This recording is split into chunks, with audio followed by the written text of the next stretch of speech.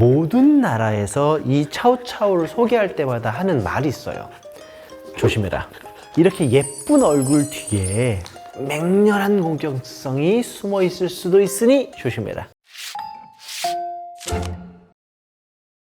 안녕하세요, 훈련사 강영입니다. 오늘의 견종은 차오차오입니다. 애기 차오차오 같아요. 조그매요. 원래 요만해요. 원래 이만한데요.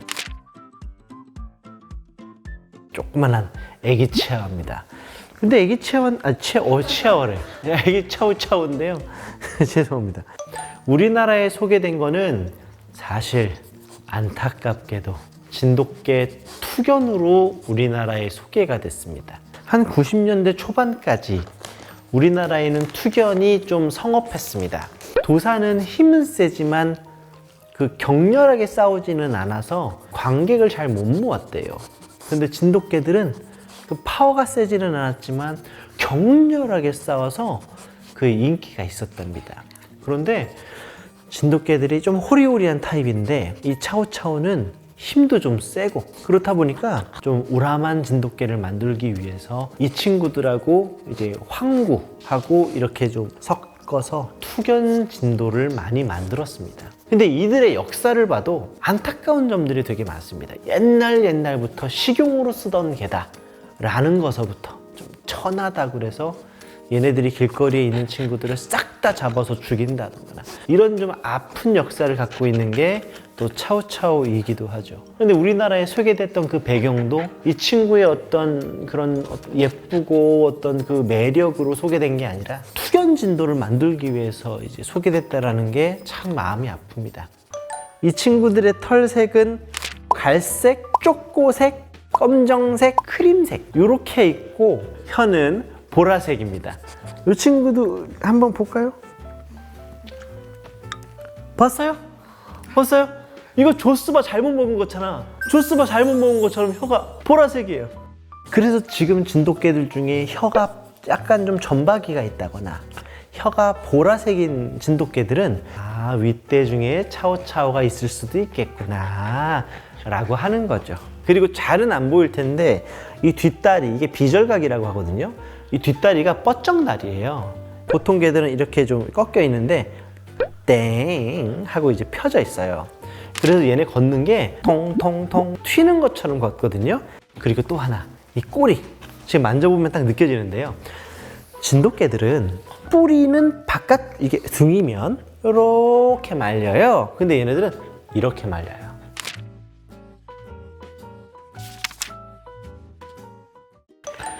모든 나라에서 이 차오차오를 소개할 때마다 하는 말이 있어요. 조심해라. 이렇게 예쁜 얼굴 뒤에 맹렬한 공격성이 숨어 있을 수도 있으니 조심해라. 이 친구들 자체가 몸짓으로 하는 바디랭귀지가 다른 개들보다 그렇게 많지는 않아요. 나 긴장한 거 보이지? 얼굴 표정 안 좋아? 얘가 충분히 표시했다고 하지만 우리가 잘 못 볼 때가 있어요. 예민하고 경계심도 있는 친구들이 좀 있고 자기 거를 지키려고 하기도 하고. 평소에 차오차오가 오는 경우가 뭐가 대부분 공격성이에요. 다른 개를 보고 이제 위협적으로 행동한다. 그리고 실제로 저도 차오차오, 특히나 수컷 성견 차오차오는 일단 조심합니다. 지금 제가 낯선 사람이고 낯선 사람이 주는 간식 잘 받아 먹는다고 해도 잘 지내겠지라고 생각하고 놔두시면 안 돼요. 주다가 내가 이걸 떨어뜨린 거예요. 내가 주워주려고 이거를 잡으려고 하면 무는 애들이 있어요. 그리고 지금도 제가 이렇게 만지면 반응을 해야 되거든요. 이렇게 근데 지금 만지면 이런 느낌이 좀 있어서 이 친구는 어렸을 때부터 많이 데리고 다니시고 여러 사람들한테 사랑받게 하려고 노력을 많이 해주셔야지 훌륭한 반려견으로 클 수 있습니다. 털이 많이 빠지죠. 근데 얘네들이요, 털이 빠져도 털이 휘날리지 않고 여기에 이렇게 좀 유지된대요. 떨어진 털들을 걷어내는 것으로 빗질을 한다? 라고 생각하시면 되고, 그래서 그런지 체감상 털은 많이 안 빠지는 걸로 생각이 든다 하더라고요. 그런데 문제는 깜빡하고 한 몇 주 놔두면 엉킨데요. 이거를 다 풀 수는 없어요. 그래서 이렇게 가위로 잘라줘야 된대요. 귀, 눈, 피부 피부가 안 좋은 애들이 있어서 피부병 걸리면 털 잘라야 되는데 털 자르면 또 이런 타입의 털 애들이 일정 부분까지만 자라고 털이 끊어지는 개잖아요. 이런 친구들은 털이 민삭발이 되면 내가 털을 더 자라게 할 필요도 없지 라고 생각을 해서 털갈이 때 살짝씩 나요. 클리퍼로 한번 됐다가 정말 땅을 치고 후회하는 분들 많이 봤습니다. 우선은 안 짖어요. 진짜 잘 안 짖고 시끄러운 개가 아니에요. 또 애교도 적당히 있고 또 너무 치근댁대지 않아.